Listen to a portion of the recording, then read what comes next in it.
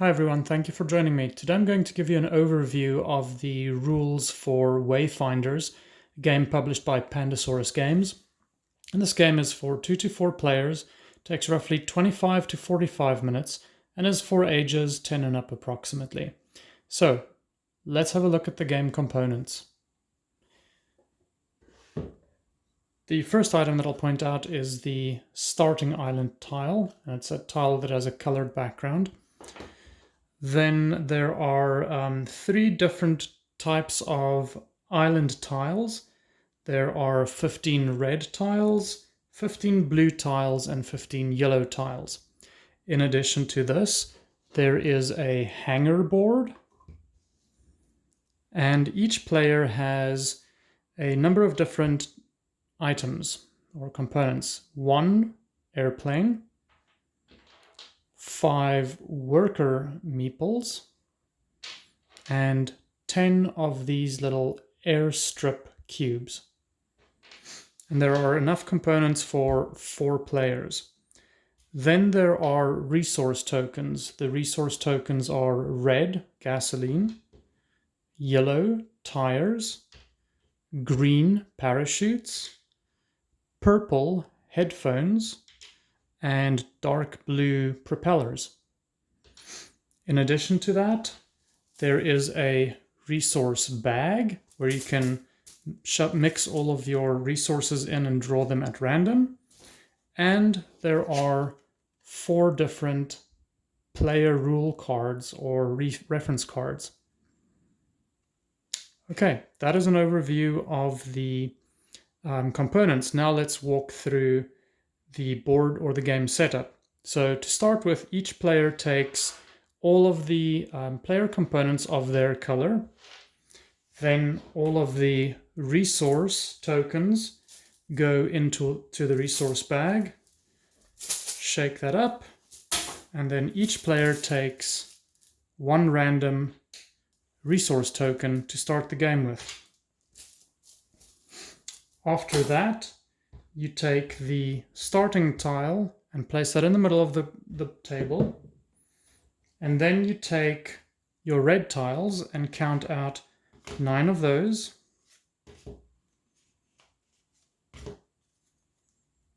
You take your blue tiles and count out 8 of those.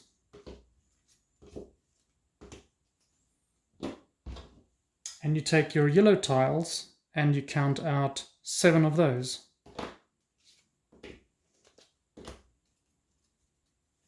You can have shuffled those before, and now that you have your 9, 8, and 7, you will shuffle those again. And now you want to build a 5x5 grid with these tiles. And make sure that the orientation of the island tiles has the little mountain in the bottom right corner.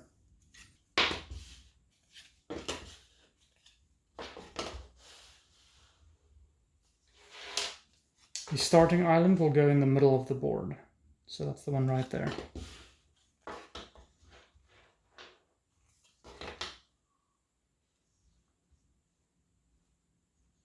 Now that the islands are all set up, we can go ahead and fill the hanger board with its resources. And here you take randomly 3 resources and you stack it in each column. Now, in a 2-player game, you will only do 4 of these columns. In a 3-player game, you will do 6 columns. And in a 4-player game, you will do all 8 of the columns.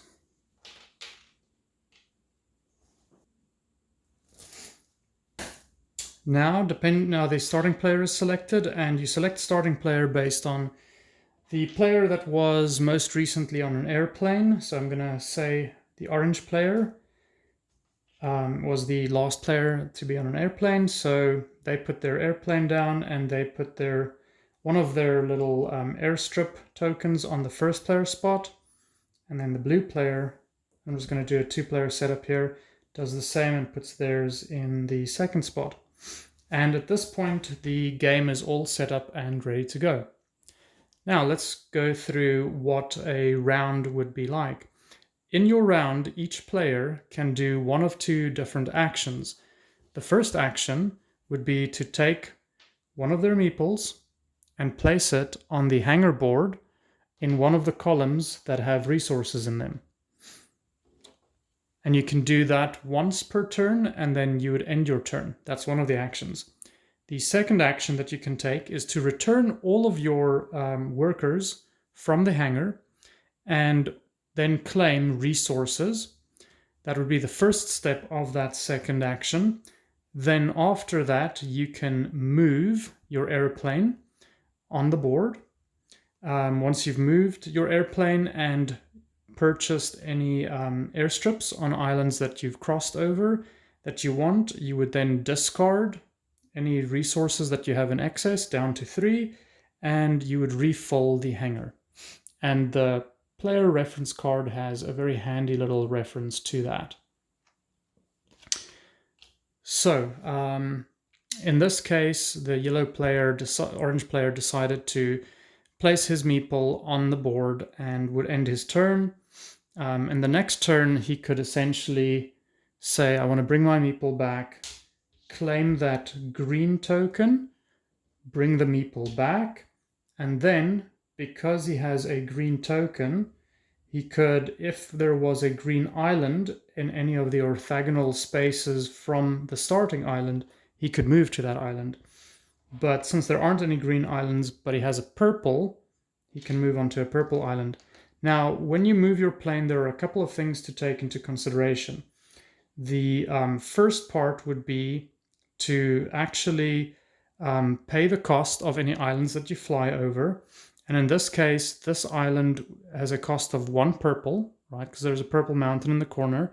And you can pay that by paying a purple resource from your resources into the bag. Now, if you had enough resources, you could also purchase a spot on this island for one of your hangars, and the cost is shown on the bottom, and you would essentially pay, in this case, and I'll show you here, whatever tokens they show in the bottom. In this case, you would pay 1 purple earphones as well, and you'd be able to purchase a hangar on this island. If there is already a hangar on the island, whether it is yours or that of another player, you don't need to pay the cost, and you can fly through that island without paying the cost. If you build a hangar there, you pay the cost for the hangar, and that cost would go into the bag. But if somebody already has a hangar on that island, then instead, and you want to build there, instead of paying the resources to build your hangar on that island and throwing them into the bag, you would actually pay those resources to the first player that built a hangar, an airstrip on that island. So there is a way to kind of build up an engine there for you to get more resources as other players essentially build on islands where you were the first player to build. Now, the next step after you've flown anywhere that you want to fly and purchased your airstrips would be to discard down to 3 resources. You can only have 3 of these resources in your hand, unless you have an ability that allows you to keep more. So you discard down to those. The items that you discard go back into the bag. And then the final step would be to refill the hangar with a random item. And the important part is to always move resources up and refill from the bottom.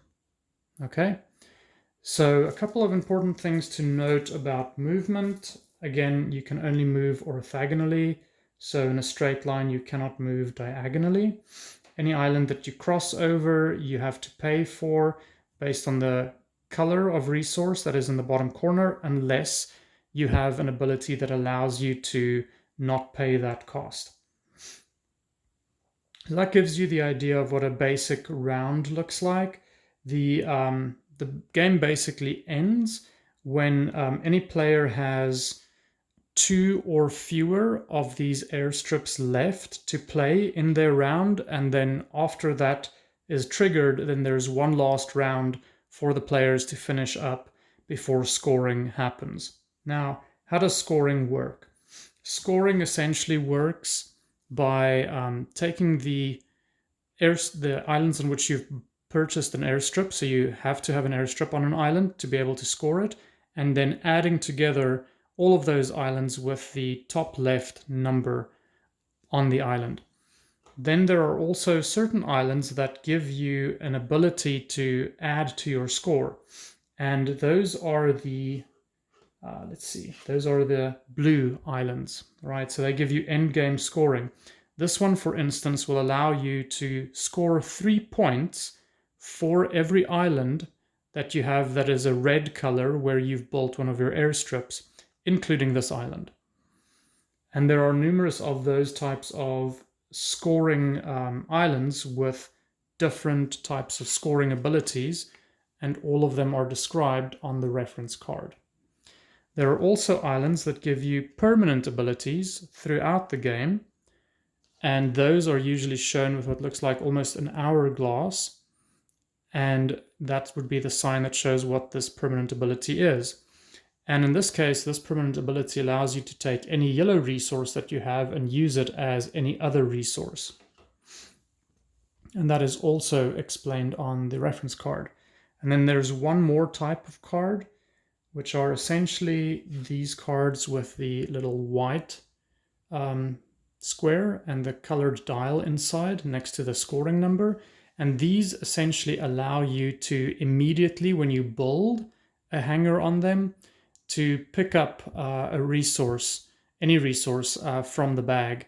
And some of these actually allow you to do 2 resources from the bag, for instance. So that gives you an overview of the types of islands that you have, the types of scoring cards that there are, how to use the hanger. I think there are a couple of other things that I'd point out. You can never have more than 3 meeples in any one column. When you do the return meeple action, you have to return all of your meeples at the same time and take the resources related to them. There are cards that will allow you to essentially have an ongoing ability where you keep more than 3, and this was one, right? That little crate allows you to keep more than 3 resources at the end of your turn. And that's basically an overview of the game. I hope this is useful. If you've enjoyed this, please consider subscribing and liking this video. Thank you very much. Goodbye.